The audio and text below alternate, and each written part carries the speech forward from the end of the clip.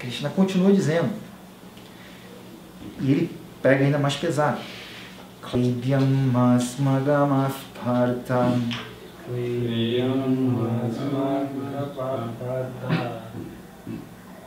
Naitatvayupapadyate Naitatvayupapadyate Kshudram hirdaya darbhaudyam Tyakto tishta param tapa.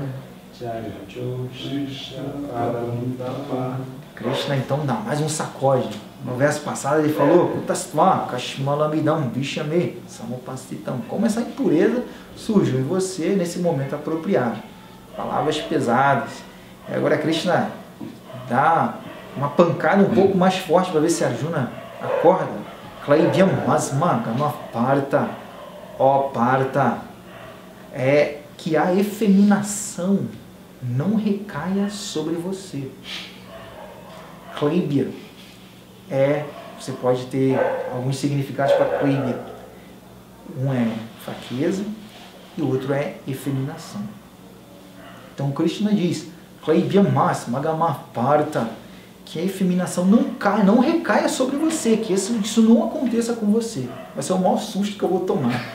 Vai ser ver Arjuna se deixando tomar por um sentimento de efeminação.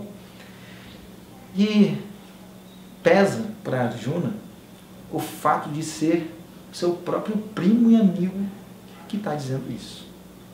E Krishna fala, Nainatvayupapadyate, isso não condiz com você, mas não condiz mesmo. Porque se você for pegar o Mahabharata lá, Mahabharata tem um príncipe que não conhecia Arjuna. Então ele perguntou se ele era Arjuna, para Arjuna. E Arjuna falou, eu sou Arjuna. Aí o príncipe falou, como que eu vou saber? Aí Arjuna disse os 12 nomes que ele recebe no Mahabharata.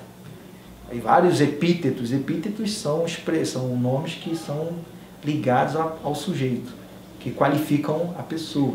A Arjuna falou lá, Dhananjaya.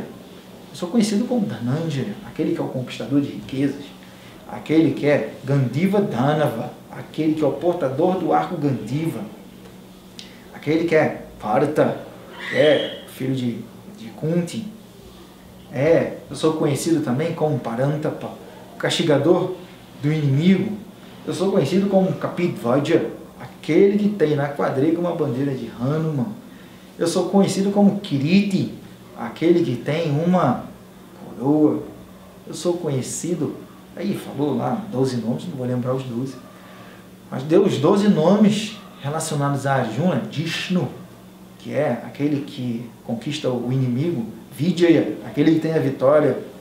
Então vários nomes com os quais Arjuna é chamado no Mahabharata. Então, Nainatvayupapadyate, isso não condiz com você, mas não condiz mesmo. Você que carrega todos esses nomes, todos esses adjetivos, isso não condiz. É o Arjuna, a gente está falando do mesmo Arjuna que conquistou a mão de Draupadi na cerimônia de Swayamvara, que foi feita pelo seu pai, Drupada, no qual Arjuna tinha que, pelo reflexo da bacia, ele tinha que mirar num peixe que estava lá em cima, no olho do peixe ainda, só 2 guerreiros poderiam fazer isso, Karna e Arjuna. Na hora que Karna ia fazer antes de Arjuna, Draupadi falou, eu não vou casar com um homem de baixa casta. E de aí dispensou Karna, desclassificou Karna, não só restou Arjuna. Então Arjuna foi lá e mirou, acertou o olho do peixe, conquistou a mão de Draupadi, e casou com Subhadra, casou com Lupi, casou com Chitragandha, teve vários filhos, aquele que conquistou várias armas, que ele lutou com Indra, com Shiva, que ele conquistou vários guerreiros. Nainatvayupapadyate, isso não condiz com você de forma alguma, Arjuna. Shudram hridaya davalyam tyaktva. Então, Arjuna, é Krishna falando, você imagina Krishna falando assim na quadriga, ele virado para Arjuna, né? Virado para Arjuna, já numa voz mais séria. Tyaktva Kshudram hridaya davalyam. Então, tendo abandonado essa impureza no seu coração, essa impureza que é uma fraqueza, essa fraqueza que é uma impureza no seu coração, levante-se. Então ele fala para Arjuna palavras fortes e ordena para Arjuna. O Tista está no imperativo, que o Tista Parantapa. Levanta-te, ó castigador do inimigo. Arjuna levantou? Não. Continuou sentado na quadriga. E ele, para se defender dessas coisas que Krishna falou, né? Kleibia, que você está com sentimento de efeminação, que você está manifestando um comportamento inadequado numa hora inadequada, e que você, a Nari Justa, está tendo uma conduta que não é própria de uma pessoa que tem uma dignidade, não, e não condiz com você. Então o Arjuna ficou mexido com isso, mas não foi suficiente para que ele levantasse. Ele continua então expondo os seus argumentos. Arjuna Vacha, ele diz: Katham Bhishma Maham Samkhye Dronam cha Madhusudanam Ishubhiv Pratiyotsyami Pujardha Varisudanam. Aí ele fala assim, ainda devia estar com a voz embargada, sentado na quadriga. E agora é um pouco mais mexido com o que Krishna falou para ele. Ele diz: ó Madhusudana, ó matador do demônio mado, ó matador também da minha angústia, matador da minha dúvida. Katam Pratyotsyami, Aham Pratyotsyami, como eu poderia atacar Bhishma e Drona, que são Pujarhal, que são merecedores de pujar, que são merecedores da minha adoração. Como eu poderia atacar esses mestres no campo de batalha com flechas? Na civilização védica, a figura do mestre é muito forte. A figura do professor, do instrutor, ela é muito respeitada. E Arjuna coloca aqui que eles são puja arha. Arha quer dizer merecedor de puja. Puja quer dizer uma reverência, um respeito. Que na civilização védica, se você não tem o respeito pelo mestre, você não tem nada. Não adianta. Se você desrespeita o mestre, se você ofende um mestre espiritual, um professor, você recai sobre você uma negatividade muito grande na forma de resultados sutis para a próxima vida. Você é praticamente, você mesmo se amaldiçoa. Então, Arjuna está se justificando. Eu não estou com um sentimento de efeminação. Eu estou sentindo esse problema, essa dúvida. Como é que eu posso atacar mestres como Bhishma e Drona, que é o meu avô, meu mestre de armas, com flechas no campo de batalha, quando na verdade Pujarha, eles são merecedores da minha adoração, da minha reverência, do meu respeito. Porque um é meu avô, o outro é o meu mestre. Ó Arisudana, matador do inimigo. E Arjuna continua dizendo, agora vai mudar a métrica. Vocês podem ver que os versos da Bhagavad Gita, a maioria, eles têm 8 versos, são 8 sílabas por linha. Cada linha de 8 sílabas chama de pada. Pada quer dizer linha. E o verso, na verdade, são 2 padas. 2 linhas, um verso. O shloka é composto de 2 versos, ou seja, o shloka, na verdade, tem 4 linhas. O verso, na verdade, tem 2. O certo é você dizer que na Bhagavad Gita tem 700 shlokas e 1400 versos. Se você pegar essa configuração que é explicada nos Vedas. 2 padas, um verso. Esses padas, eles seguem uma configuração, não é uma coisa assim caprichosa. O autor, quando ele vai escrever uma Upanishad, Krishna, quando foi cantar a Gita, ele respeitou essa metrificação que é composta da literatura védica. A literatura védica, em sua maioria, é feita de versos, porque é uma maneira muito melhor de você memorizar. Por quê? Lá para trás, nos primórdios mesmo, época upanishadica, não existia escrita. Toda a tradição era passada oralmente. Então, era o mestre que aprendia a cantar, a memorizar o texto, e ele tinha os seus discípulos. Esses discípulos, eles recebiam as instruções de como cantar aquele texto era cantado incessantemente, até que, por fim, esse texto estivesse memorizado na mente dos discípulos. Quando o texto, então, estivesse memorizado, ele era explicado. Até então, é só cantado. Até o verbo para escrever, como é que eu digo em sânscrito que eu vou escrever? Não existe verbo escrever. Existe o verbo arranhar, que é lik. Então você vai dizer, aham putram likami. Eu escrevo uma carta. Eu arranho uma carta. Começou a ter necessidade de escrita quando a tradição oral foi perdendo força, porque a pessoa começava cantando com 5 anos de idade. Cantava aí, já com uma idade um pouco mais avançada, o cara sabia cantar até os 4 Vedas. Então, mas esse hábito foi se perdendo. Então se sentiu a necessidade de escrever ou arranhar. Então o que eles faziam? Pegavam folha de bananeira e escreviam, arranhavam a folha de bananeira ali, os padas, os versos, os shlokas.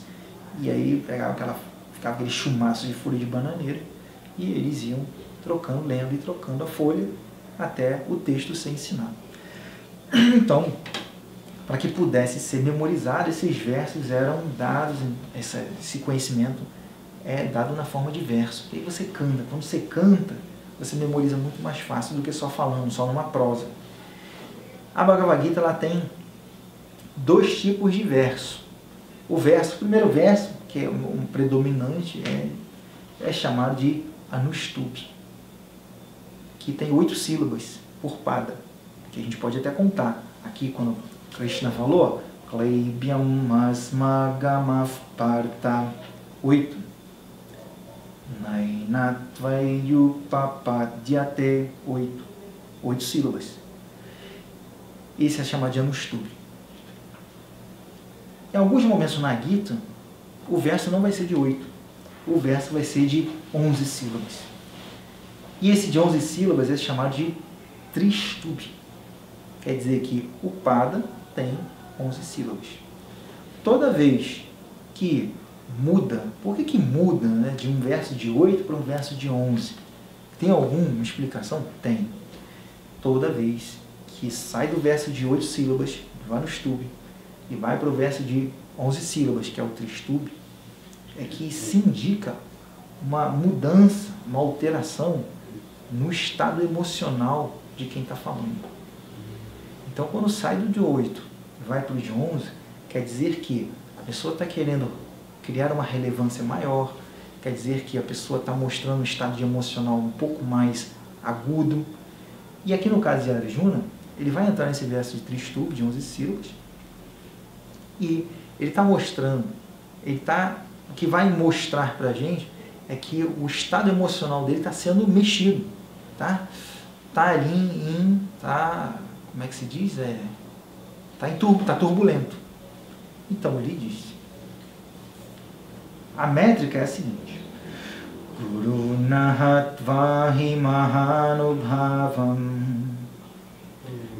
Nahatvahi mahanubhavam Shreyo bhuktum bhaikshamapi haloki Shreyo bhuktum bhaikshamapi haloki Hatvartha kamanstu guruni haivam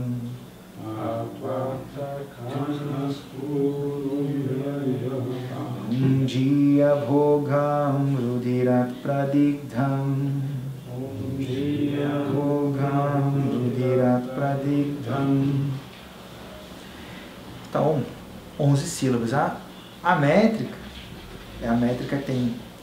vai entrar essa melodia em cima dessa métrica. Né? Então ele diz, Guru Nahatva Himahanubhavam Shreyo Bhoktum Bhakshamapi Haloki. Então, Guru Nahatva Himahanubhavam Shreyo Bhoktum Bhakshamapi Haloki. Shreyo Hatva Guru Himahanubhavam. É melhor não matar os mestres. E os mestres, eles são, da mesma forma que ele falou lá no verso passado, Pujarhal, Pujarhal, que são merecedores da adoração, aqui ele está colocando uma outra qualificação para esses mestres. Ele diz lá, Mahanubhavam, ou seja, que são pessoas que são grandes personalidades, são pessoas que próprias do nosso respeito e admiração, mais uma forma dele falar. A mesma coisa com outro termo, Anubhava, ou seja, aquele cuja natureza merece ser seguida. Então, Mahanubhava, quer dizer, aquele que é uma pessoa muito digna, muito venerável. É melhor não matar os mestres veneráveis, os mestres que são o endereço da nossa adoração e respeito. Bhoktum Bhakshamapi Haloki. E além de não matar esses mestres, que são mestres veneráveis, são dignos da nossa adoração, Bhoktum Bhakshamapi Haloki. É melhor vivermos uma vida de mendicância nesse mundo. Nota que Arjuna vai começar a defender essa tese. Daqui até o capítulo 5, ele ainda vai ter muitas dúvidas sobre isso. Ele vai começar a defender que a renúncia, uma vida de mendicância, quer dizer, uma vida que é própria de Brahmana, é muito melhor de ser levada do que o seu dever de kshatriya naquela situação.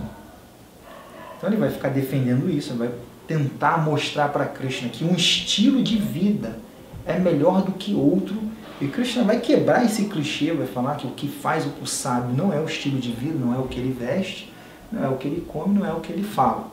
O que faz o sábio é o comando que ele tem sobre a mente dele, como ele se comporta sobre a dualidade, que independente da função que ele esteja ocupando na sociedade, o que vai determinar a natureza do sábio é como ele ocupa essa função, com que mentalidade. Então Arjuna vai ficar defendendo essa tese aí, não, que é melhor mendigar, é melhor não matar os mestres veneráveis, é melhor abandonar o meu dever de kshatriya, a minha natureza de kshatriya ela deve ser renegada, e eu vá mendigar. É melhor desfrutar nesse mundo de uma vida de mendicância. Aí você imagina, né? Arjuna está lá, só de tanguinha, né? Mendicante, né? Renunciante, vivendo só de esmolas, vai depender dos outros para comer. Aí ele está lá na floresta, bem lá na floresta, lá, na sua tanguinha. Aí você imagina a cena. Alguém passa lá e faz um bullying com ele. Ah lá, Arjuna o frouxo, o efeminado. Abandonou o campo de batalha. Ah lá, o fraquinho. Olha o fracote. Arjuna continua com a natureza de kshatriya. Se alguém fala isso para ele, não, fazendo um bullying, você acha que ele vai fazer o quê? Ele não tem espada mais, vai pegar um pedaço de pau e vai sentar na cabeça do cara. Então, assim, não tem natureza nenhuma de Brahmana mendicante. Ele continua tendo a natureza de kshatriya. Ainda continua tendo o anseio por um reino. Não é essa fuga que vai resolver os problemas dele. Muitas vezes a gente acha que, não, eu estou com esse problema no trabalho. Aí muda o trabalho. Aí lá nesse trabalho novo eu arrumo um problema também. Estou com problema no casamento. Não, aí está um problema no casamento. Aí é aquela coisa, não deu certo, separa a casa de novo. Não, tenta resolver. Muda o seu paradigma. Não é simplesmente fugir das coisas. Leva até o final. Quando não dá, não deu. Mas não é, tá chato aqui, vou para lá. Aí lá também fica chato, você vai para o outro lado. Aí daqui também fica chato, você vai para o outro lado. Então você vai para os lugares sempre movido por uma fuga. O que você faz é sintoma de uma fuga. Para onde você vai é sintoma de uma fuga. Com quem você se relaciona é sintoma de uma fuga. Até o que você come passa a ser uma fuga também. Então, a mendicância não é uma opção. Não é uma opção porque ainda existe um dever a ser cumprido e exige uma natureza a ser respeitada, a natureza de kshatriya. Eu não tenho natureza para ser brahmana, não tenho natureza de mendicante, eu tenho natureza de kshatriya. Eu tenho que respeitar isso. Então é melhor viver de mendicância. Não, não é. Ele vai tentar defender isso, Krishna vai cortar as asinhas dele. Hatvarta kamams tuduni heiva. Bom dia, bhogam dudirat pradignam. Por que viver uma vida de mendicância? Ele está defendendo a tese dele. Porque matando esses mestres que desejam artha kamams, que desejam essa riqueza, bom dia, desfrutaremos, eu desfrutarei, bhoga ludira pradigdam, eu desfrutarei de prazeres que estão, pradigdam, eles estão cobertos, eles estão manchados de rudira, de sangue. Ou seja, todo esse reino conquistado vai estar manchado de sangue, às custas da família, às custas dos antepassados, às custas dos mestres, às custas das pessoas que a gente deveria proteger.